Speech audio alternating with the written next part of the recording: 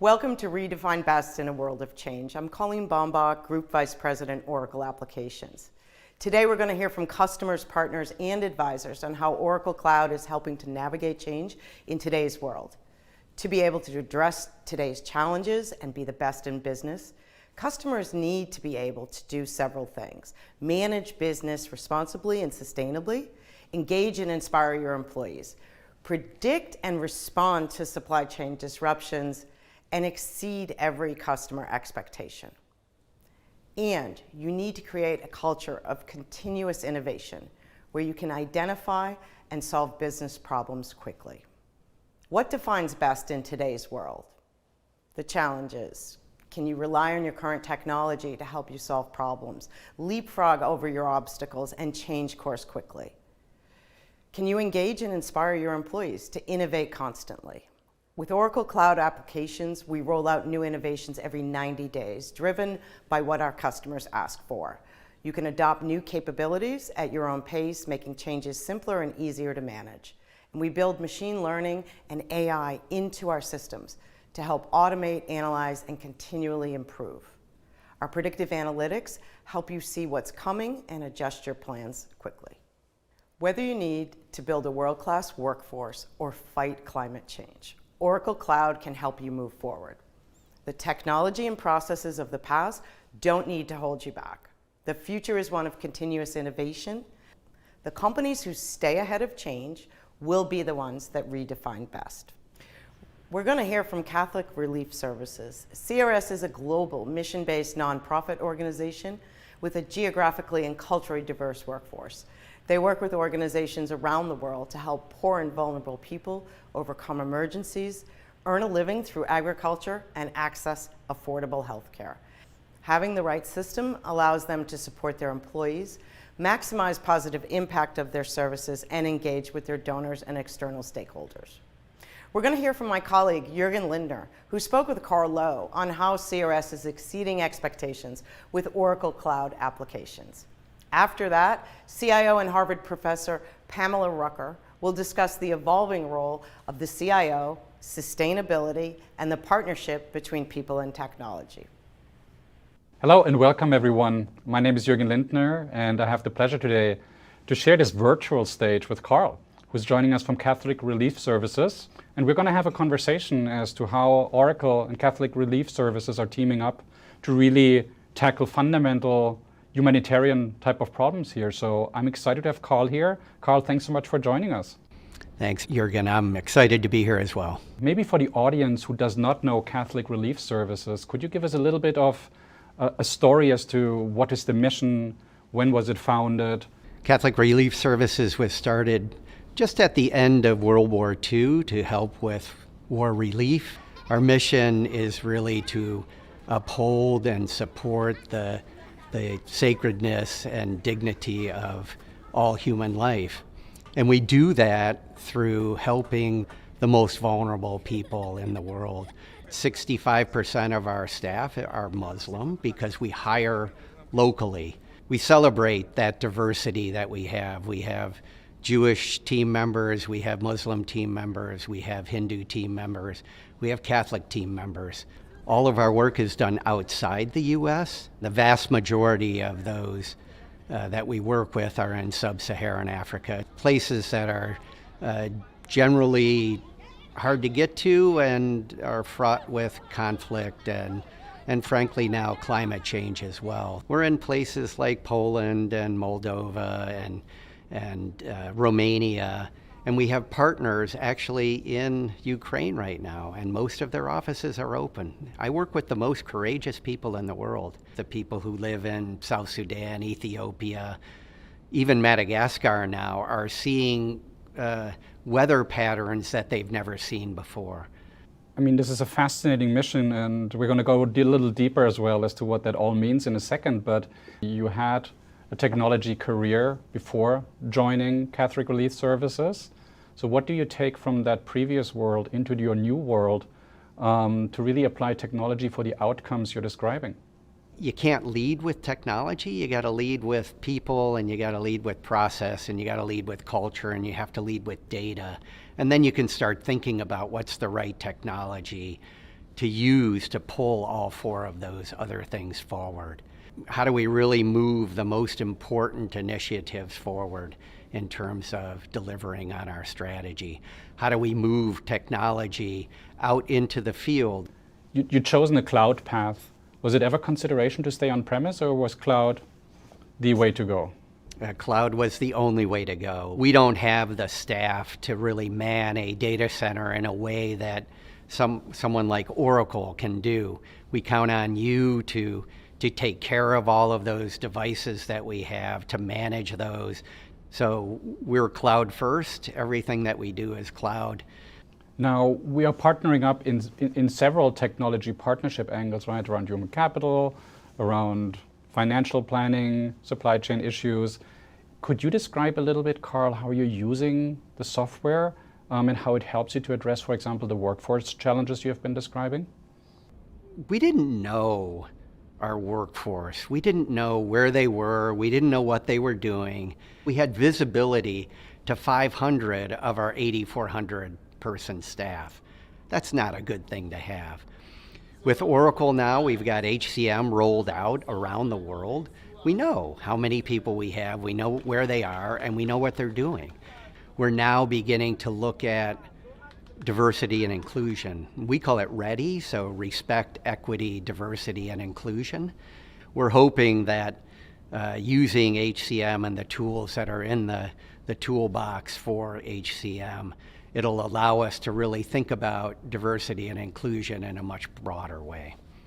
Could you go a little deeper how, for example, our finance system, ERP, and planning come into the existence here and help you? Planning is critical for us, and particularly the workforce part of planning. Outside of commodities that we generally get from the U.S. government and then distribute, the workforce is our biggest expense. If we're not allocating them to a donor account, then we're paying for that with money that we could use to help participants in our program. And from a finance standpoint, the best way that we can help our donors meet their goals is to make sure that we're distributing that money and those goods as quickly as possible to the right people. And the finance system and the project management system allow us to do those two things. Everyone right now knows what supply chain is. We've all experienced the disruption and we're continuing to experiencing it. But I think the subtleties as to how a humanitarian supply chain looks like maybe escapes some of us as novices. Would you be able to shed a little bit more light into this? So our biggest supply chain items are a net that actually people sleep under to keep mosquitoes from biting them and giving them malaria. And so we spend a lot of our time on eradicating malaria in Nigeria. And it is just a massive distribution of these bed nets to people living out in places where the government doesn't even know they exist. We saved the lives of 11,000 children under 5, by distributing these bed nets and teaching their parents how to use the bed nets in the right way. Other supply chain items that we have are food distributions, generally from the U.S. government. We measure ourselves in outcome-based metrics, but you had a conversation about impact-based metrics, right? If you could talk to that evolution of how you measure success, that would be brilliant. So over the last 2 years, we've spent time thinking about what really are important measures from our participant standpoint. Lives saved is one of them. Things like the number of hectares of land that we've restored so that they can use that land for farming. Things like how much money we've helped them to save in our savings and loan programs that we run. If you had an ask as to how we could team up around the world better, what would it be? Each one of us can help, providing your skills and your talents to organizations in and around your neighborhood and in and around the world. We count on Oracle to improve our ability to deliver. We count on Oracle to give us new solutions on a regular basis. We count on Oracle to keep our data safe. We count on Oracle to make sure that we don't have to focus on the data center. we can focus on delivering life-saving programs to people in need. Brilliant. Carl, I want to thank you from the bottom of the heart of everyone watching this for spending the time with us, and I look forward to redefining best together jointly. Thank you so much, Carl. Thank you, Jürgen. It seems like a lot of the CIOs that I talk to and work with are still struggling with the pace of change, speed and agility. They're looking at ways to respond to customers' needs very quickly, finding ways to predict and adapt to what's happening in the marketplace, finding ways to support their board and their CEO and all of their agendas. And so often, even though they are trying to be proactive and to lead fairly difficult programs around emerging technology, they still find that some of the things that they work on are just lists of projects that people have given them to try to complete. So I love the concept of the triple bottom line. It's people, profit, and planet. And so it's about how you treat the people that work for you, how you use the profit that you make and affects the world broadly, and then obviously it's the planet. How are you working in a sustainable way and protecting the planet that we have? I love the idea that it is so inclusive, because a lot of times people have only focused on profit. And they've done that because they've had pressure to make sure that they're making the money that they need to make so that they can conform to what Wall Street needs, or conform to what their stockholders want, or conform to the numbers that they have to actually put out.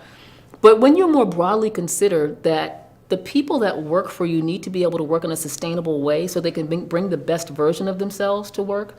The people that work for you need to feel like their voices are heard so that they can come up with new ideas and even go through some of this friction you were talking about. If I'm here and you're here and we're not alike, we can have creative abrasions to actually work with each other, and that creates collective genius, right? Mm-hmm. So people give you talent equity. So it's not just that it's good, it's smart. It's smart to actually look at not just your profit, but also your people. But now we're also seeing the emergence of a group of people who say, look, it's also not enough for you to do that. I want you to do this in a way that takes care of the planet, because I want to have something to leave to my children. I want to have a way to say that whatever I'm working hard for today is going to still be here tomorrow. And those are emotional motivators that you cannot ignore. So seeing that we see this big change happening in society where people are embracing ESG is exciting for me, because for me, the triple bottom line is where organizations need to be today.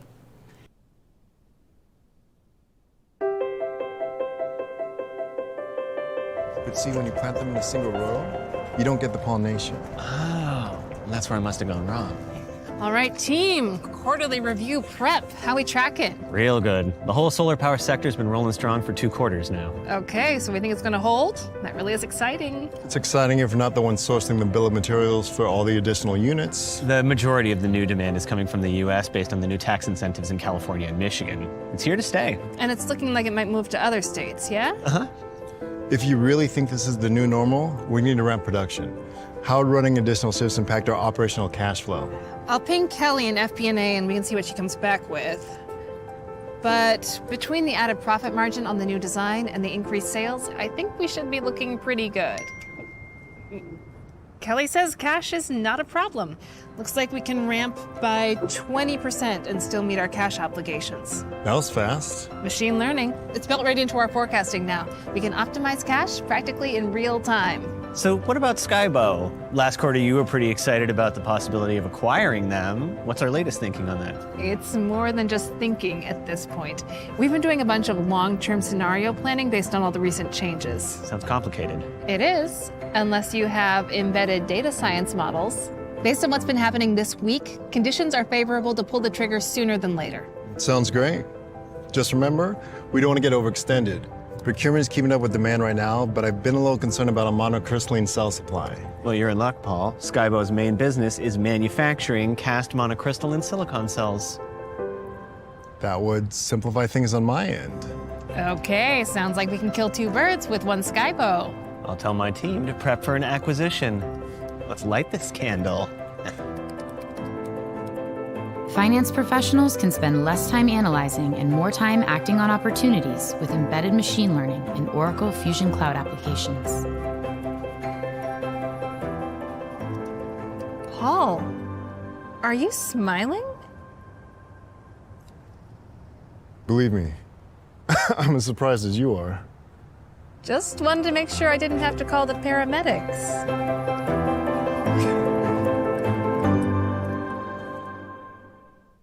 Next, our customer Argent Energy on managing business responsibly and sustainably. Then KPMG's Sanjay Sehgal talks about the new role of the CFO in addressing today's challenges. Lastly, Uber Freight joins my colleague Derek Gittos to discuss how to predict and respond to supply chain disruptions with Oracle Cloud applications.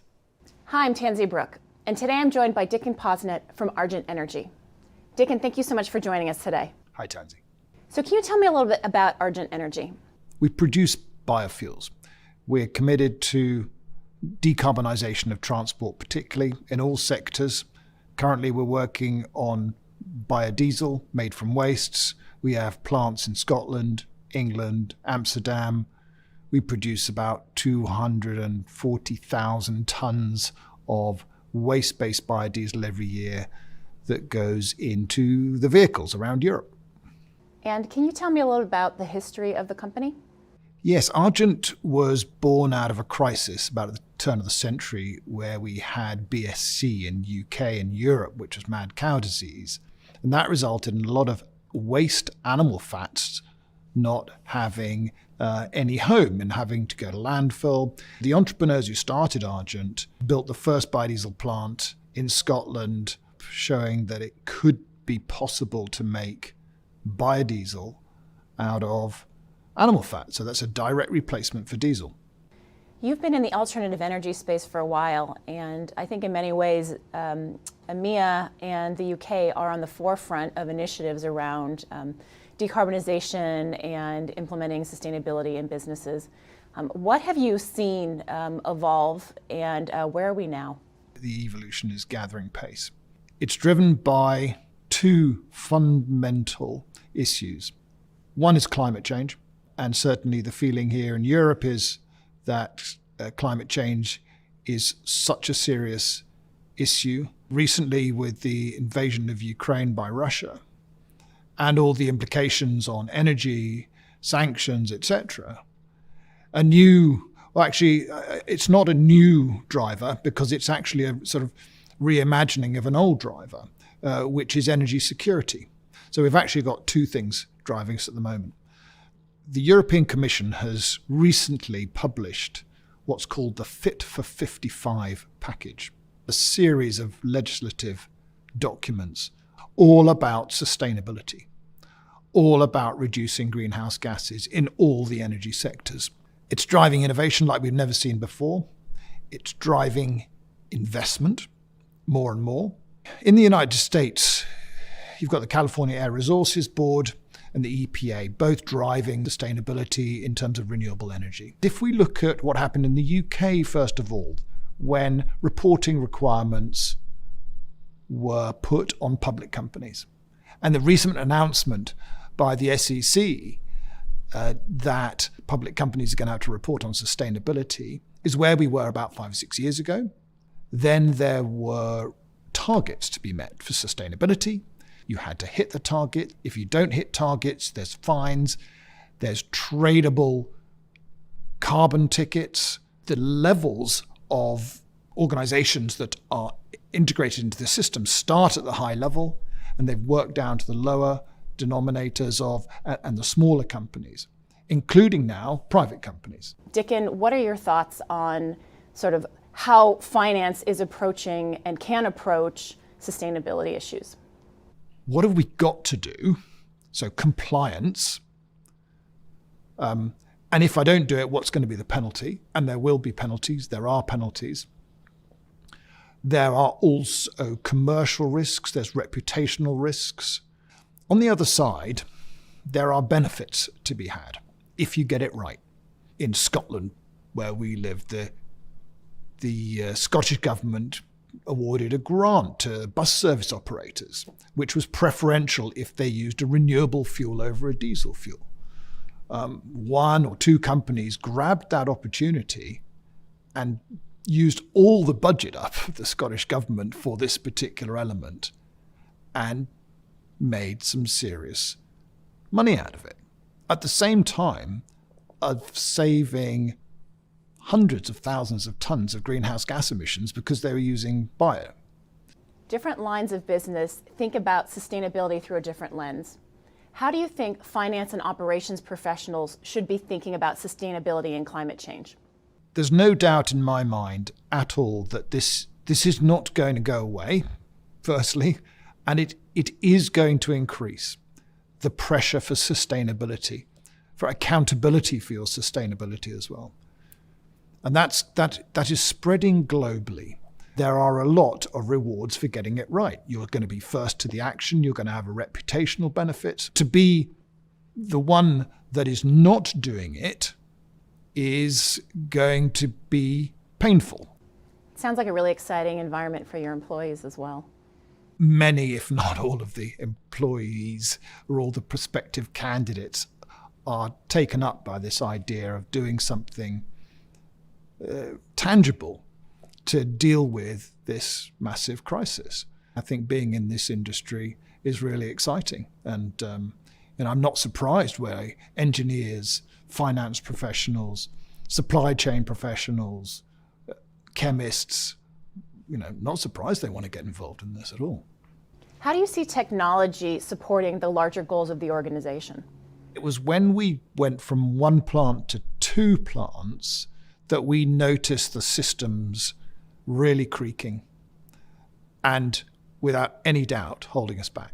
It became absolutely clear that we had to step up and get technology to assist us to be able to communicate between the different parts of the business and for different areas of the business to communicate to finance smoothly, efficiently, accurately, so that we can then roll that out on a bigger scale.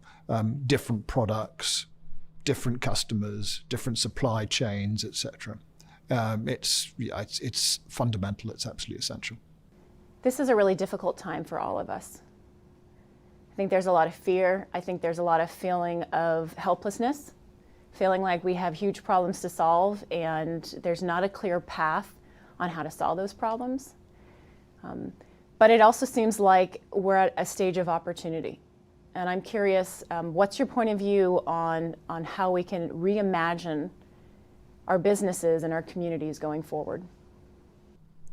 The opportunity for the finance sector, whether it's an individual level or at a sectoral level, I think are huge.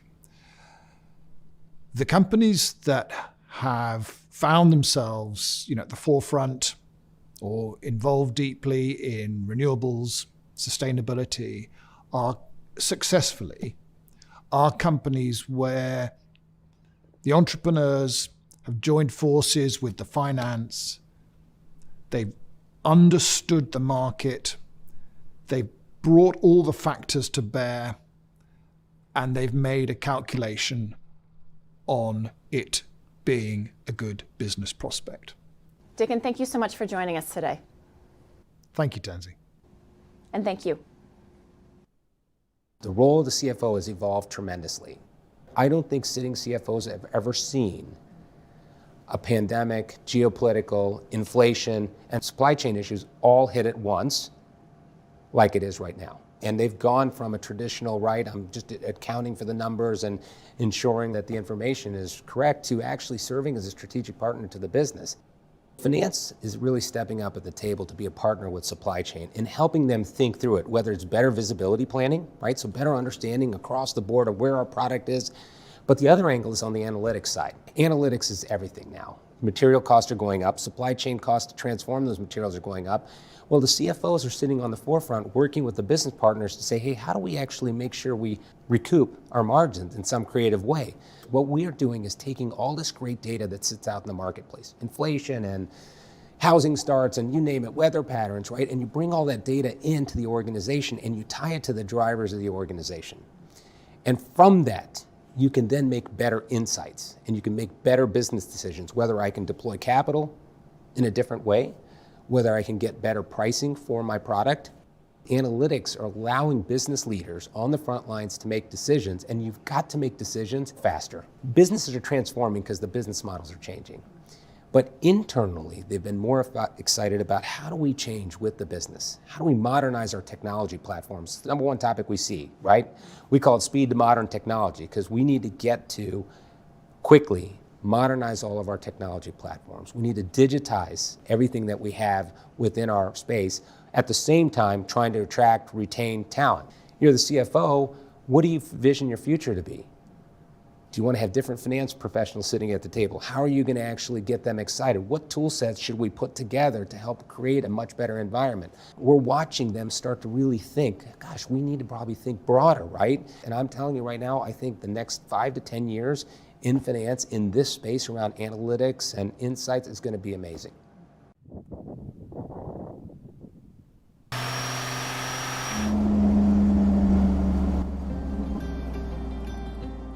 Oracle Logistics Platform consists of 3 main components. Transportation management to help plan and execute the physical movement of goods in a supply chain. Oracle Warehouse Management, which helps manage the receiving and distribution of goods within a given facility, such as a distribution center or manufacturing site. And Oracle Global Trade Management, which helps with all of the cross-border activities. We help enterprises plan and execute billions of dollars and millions of shipments around the world every year. When we think about the transportation industry, we often think of these big companies and brands with thousands of trucks.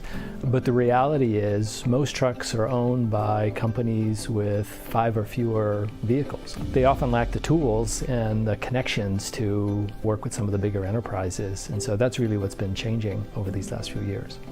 In the traditional model, manufacturers, distributors, retailers, large enterprises will negotiate long-term contracts, typically for 1 year, with big trucking companies or ocean carriers or air freight companies to move those goods. But what we have seen as of late is there is so much uncertainty and dynamic changes in the actual amount that needs to be shipped. That there's been a real need to manage those surges in demand and to move away from this traditional static 1-year plan, because those plans often just don't come to fruition. We have 2 big problems we need to solve as an industry. One is the sustainability angle, and the other is there's just simply not enough people to operate the trucks. The pandemic has had huge disruption on many businesses and on supply chains, and it's really demonstrated the value of having the right technology at the right time. We've seen extreme shocks to the supply chain. One, demand, right out of the gate there was a spike in demand, then it dropped, and then it's been steadily rising, and we've seen consumption retain at levels 20% over year. And so that's creating extreme demand. At the same time, drivers left the market.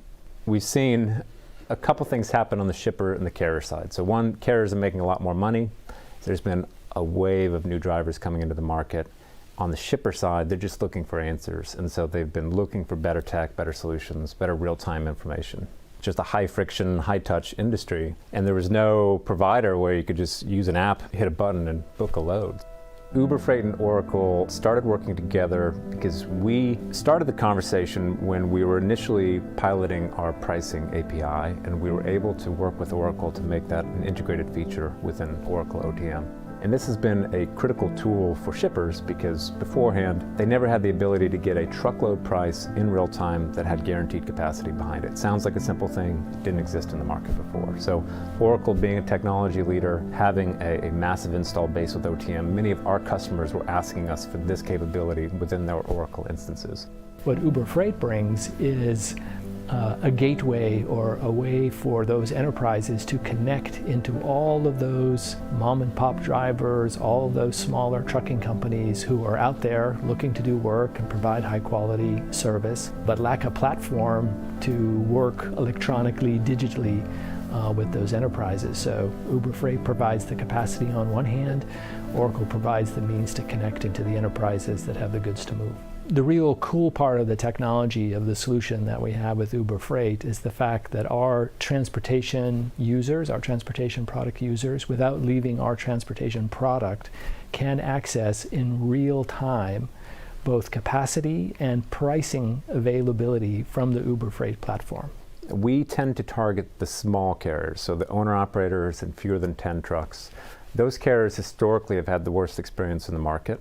If they want to work with Uber today, they can log on, get signed up without ever having to make a phone call. As a result, we've had huge success bringing more and more carriers onto the platform. There are many different cohorts of carriers across the marketplace. There's a large Punjab community, there's a large Polish community, there's a large Hispanic community of drivers. We tend to bias younger, so we tend to get the more tech-savvy, maybe digitally native drivers, and we've definitely had success with that population.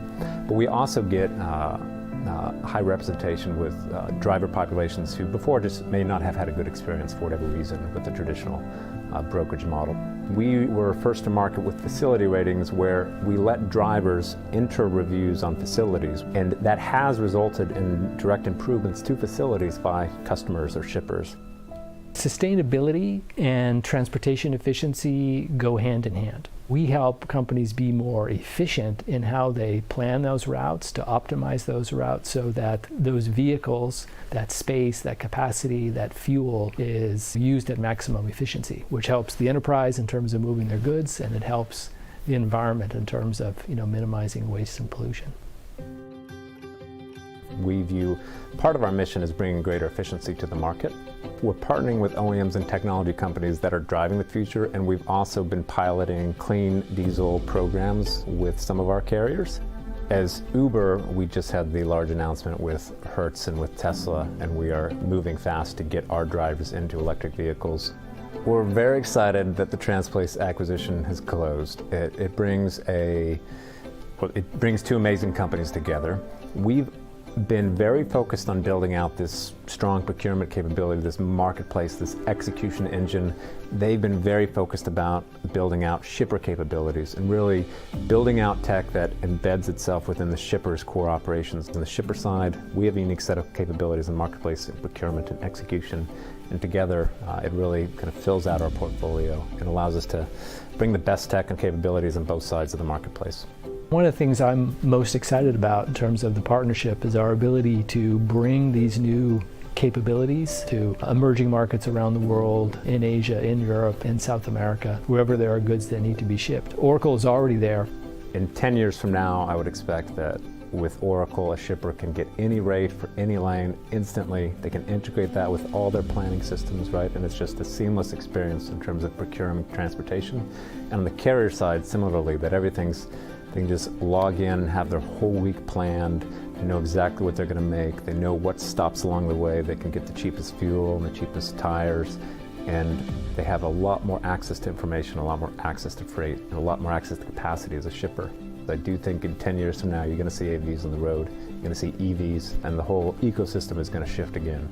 We've been thrilled to work with Uber Freight because they have been real pioneers in leveraging pricing technologies, consumer-grade user interface technologies to bring a lot of innovation and value to the transportation industry, to enable all these trucking companies to operate at an enterprise level and to enable enterprises to tap into reliable transportation to make their supply chains more functional.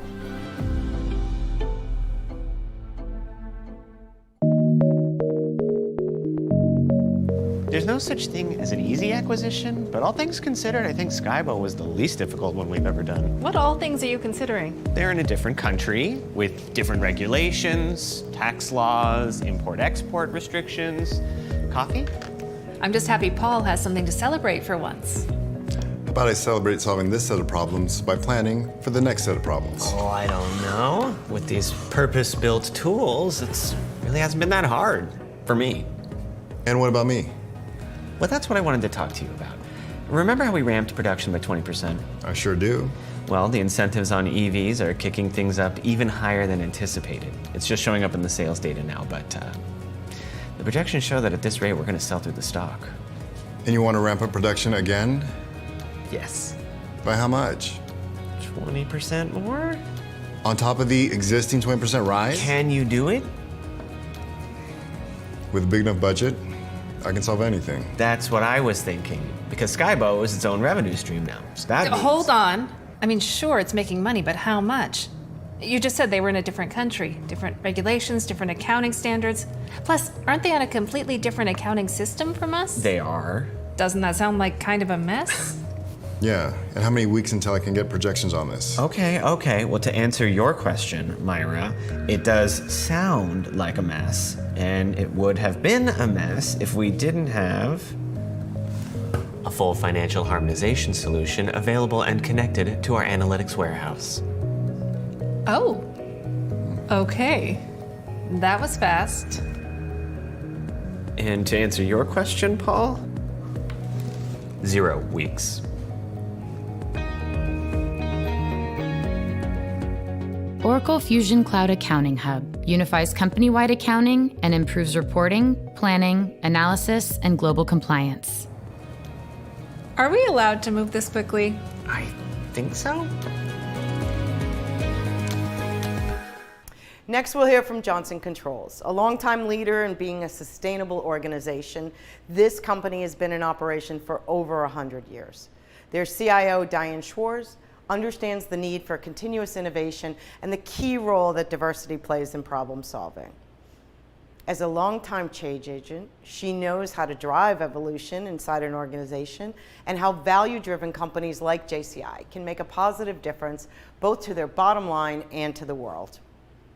Diane, it's so great to be speaking with you today. Thank you for having me. Johnson Controls has long been a leader in the sustainability space. Recently, they committed to being zero carbon emissions by 2040. That is 10 years before even the commitments made for the Paris Climate Agreement.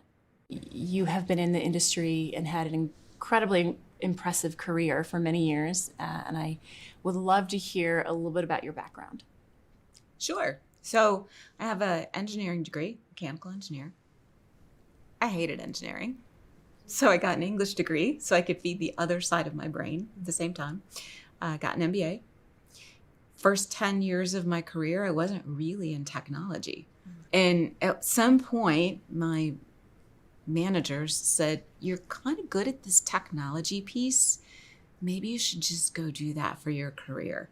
So I was 10 years in before I had my first true IT job, and then just worked into more and more successive CIO and program manager and various leadership roles. That is increasingly more common, right? Having this sort of interdisciplinary, having experience in different realms is something that's actually incredibly beneficial when it comes to being a change agent or trying to solve large problems. I completely agree, and I think that's what defines a resilient career. That you can do more than one thing, and that you know different aspects of the business. How do you get people excited about the work they do? How do you help them find problems to solve? And it sounds like there's a real role in that being meaningful for the business. I like to start with, what do you do that makes you happy? Because generally, if you love doing something, you're going to be great at it.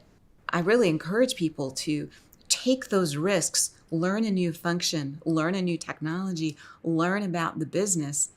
If you're just learning within kind of your same virtual room, nobody's ever going to grow.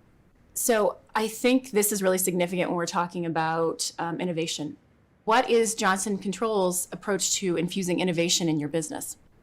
We have a pillar in our strategy, which is develop a high-performance culture. And innovation is front and center in there. We have so many ideation or innovation sprints. I love that we see that so many of our leaders will sponsor an ideation or innovation event to really unlock the potential that's in everyone's brains. What's your perspective on how people and technology work together in order to solve large problems? We had a talk on digital acumen, digital leadership.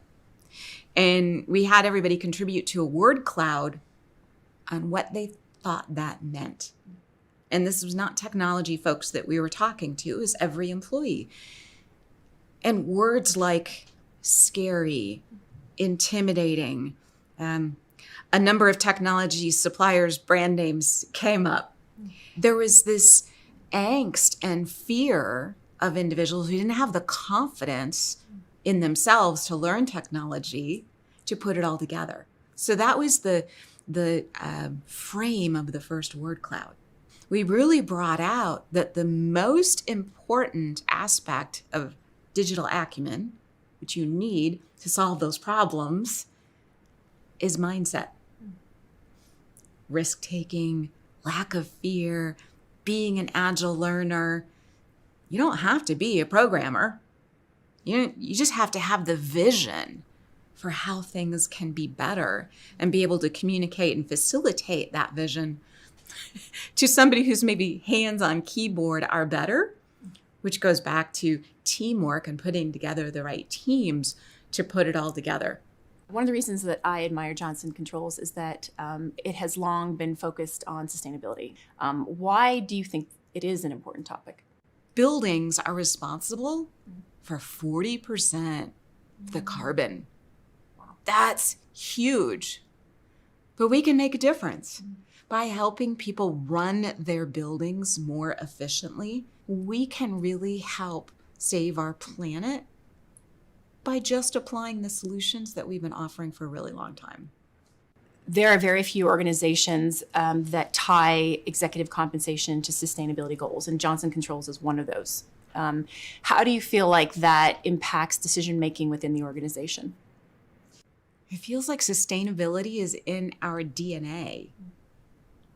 Why wouldn't we have sustainability and diversity in our compensation goals, just as we have profitability and free cash flow? I think it just helps reinforce the authenticity of how we run the company, because all of those aspects are important. I had the great benefit of spending time in Svalbard, and you walk on the permafrost. It's melting. Glaciers that have been there just a decade or so ago aren't there anymore. And bodies of water that used to be frozen for many parts of the year and you could snowmobile across, they're not there. So you go to a spot like that and you physically touch climate change. People that live in the environments that are impacted by climate change right now can tell you it's real. We just sometimes are so insulated from that in our cities of cement, concrete, and buildings. So that was a big reality check for me. It seems like this is really an opportunity to explore new ideas, even though it's a very scary time to a certain extent for leadership. What's your advice to leaders who are feeling overwhelmed or frustrated and having to deal with all these significant challenges? What's the worst thing that can happen if you bring somebody into your team that maybe doesn't have the technical skills or the background training? Are they still going to be able to add thought leadership and ideas and morale into your team? How can you tap into what they bring? Because I bet you can learn something from them. Diverse companies are the most profitable companies. And we need to start advocating that we have more women leaders in Fortune 500 companies. Here's another factoid. There's more men with the name Mike and James leading companies than there are women. Right? We need to help change that one person, one attitude at a time. It's not just male and female, but that's often the easiest one to spot. As leaders, I think we're absolutely obligated to take that view. And especially when you have the data. That's right.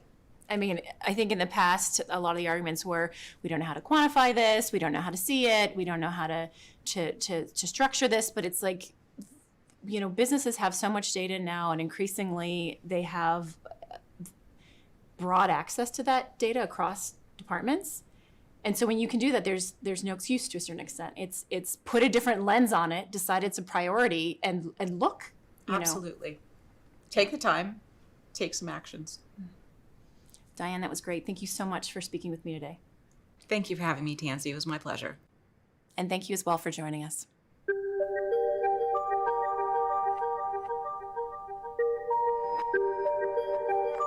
Tuesday morning, I was supposed to go to an outdoor class. Hey, Paul. Hey, Did you see the new numbers? I sure did. Looks like we're firing on all cylinders. And now that we have Skybo, supply chain should be firing on all cylinders. I don't know if I'd say that. Is something wrong? See? There's an example. It's an alert about one of our suppliers. It looks like they're having problems. Oh. Yeesh. Critical component? Oh yeah, power inverters. Can't make panels without power inverters. What do we do? You don't do anything, but I send POs out to a new supplier. When? When? When do we have POs out to a new supplier? We already do. I mean, I just did. Already? I have multiple pre-qualified suppliers in the system. See? We're good on silicon now, but if something happens, my backup has a backup. And your backup's backup has a backup? Yes, that's how I roll. Is making this switch going to affect production costs? Nope. We pre-negotiate prices with all these guys after we qualify them. So no disruption? I plan to have enough inverter inventory to keep production on schedule. The new shipment will arrive soon enough to avoid any downtime. So things keep happening in the supply chain. But with these tools, I can take care of them before they affect the business, or you guys know that anything even happened. Oracle Procurement. Qualified suppliers and flexible sourcing keep your supply chain resilient. I don't know how you stay so calm all the time. What's your secret? Good sleep, good tools, and having a plan in case things take longer than you thought. Mm-hmm. Right. Scared me. The role of finance continues to evolve and unite all lines of business. Issues previously relevant to other departments are becoming increasingly critical topics for finance leadership. This shift is an opportunity for change. Your opportunity is now. The tools are available. We invite you to partner with Oracle to redefine your best.